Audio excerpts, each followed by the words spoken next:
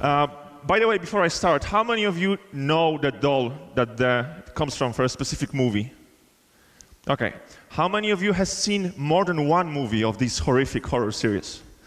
You guys need to talk to Przemek. He's a psychologist. You have issues. All right, let's play a game. I'm going to show you a picture of a city, and I want you to guess inside your own heads if this city comes from Africa, or it's a city that maybe comes from States, Europe, or Middle East.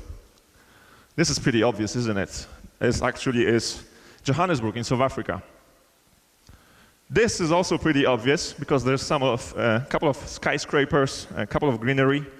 This is, of course, Chicago in USA. This is going to be very easy because there's no city in Africa that has so many lights in the evening. Oh, that's Nairobi in Kenya. This is probably Monte Carlo, right?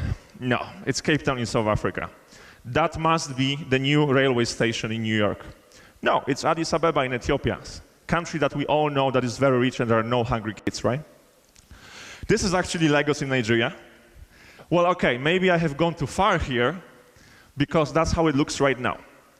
We stole the land from the ocean because every grain of sand was brought from the inside of the country. They blew up whole mountain and they brought all the sand there. And in 5 years from now, it's going to look like this, just like in Dubai. And I know what some of you, okay, there's one building already there.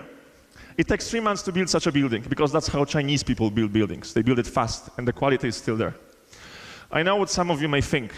He's trying to make us believe that there are rich people in Africa. But there have been always rich people in Africa. And there are always, will be, poor people in Africa. And that is true, because that's a problem in the whole world. There's a wealth gap problem in South Africa, in the States, in Mexico, in Brazil, India. You get the point. And there's, of course, are many challenges about infrastructure. If you want to have a big house in Nigeria, you're going to have this piece of furniture. It's called a generator, and it costs you between $2,000 to $3,000 per month to put diesel there, because you cannot count on the electricity coming from the grid, because there's just not enough electricity from the grid. We use more power in Africa than we can produce. And of course, like in every developing country, there's a problem with corruption. We had huge problems with corruption, and we still have. And now we know that even in countries like China, South Korea, and Japan, there are huge scandals related to corruption. What I'm trying to say here, the point I'm trying to make is that we are always driven by stereotypes, because that's how our mind works. And also that's what media wants us to think.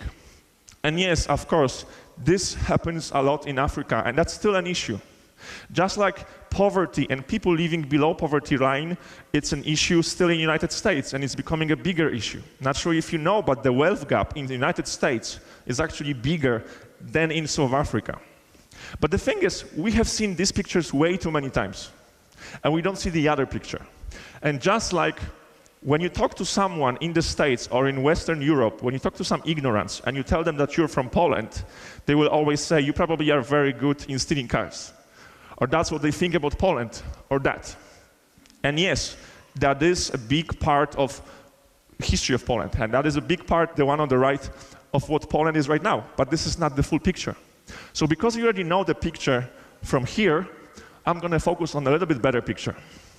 There's 12 years difference between those two, the Economist covers.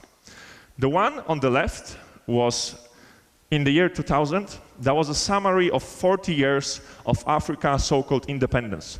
The continent was dealing with wars, tribal conflicts, poverty, genocide, hungry people.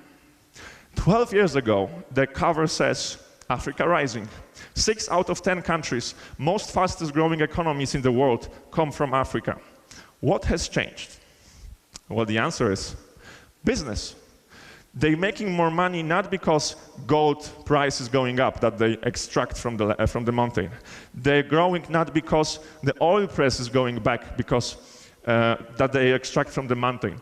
But the economies are getting bigger and people have more money because business is growing. And that's something I want to mention here today. In order for economy to grow, we need two things. You need a lot of people and you need people that have money.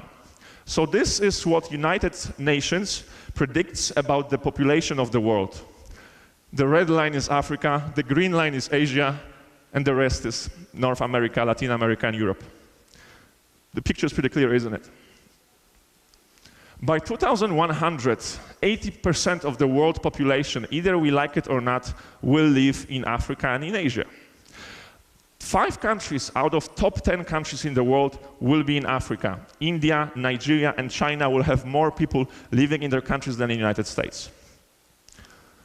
This is a lot of customers that may want to buy your stuff.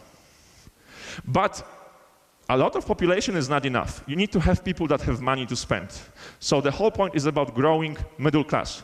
Who is a middle class representative? Someone that has a day job, someone that makes enough money from its day job to pay for food, to pay for rent, to send his kids to school, maybe once per week go to the cinema, and once per year travel to some nice destination.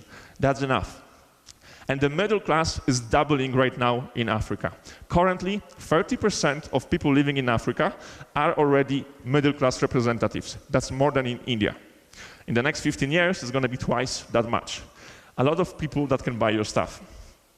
Okay, what do we do with that piece of information? Before I get to that, one more source of data. By year 2025, this is 8 years from now, 45% of Africans will live in cities. Africa will become the most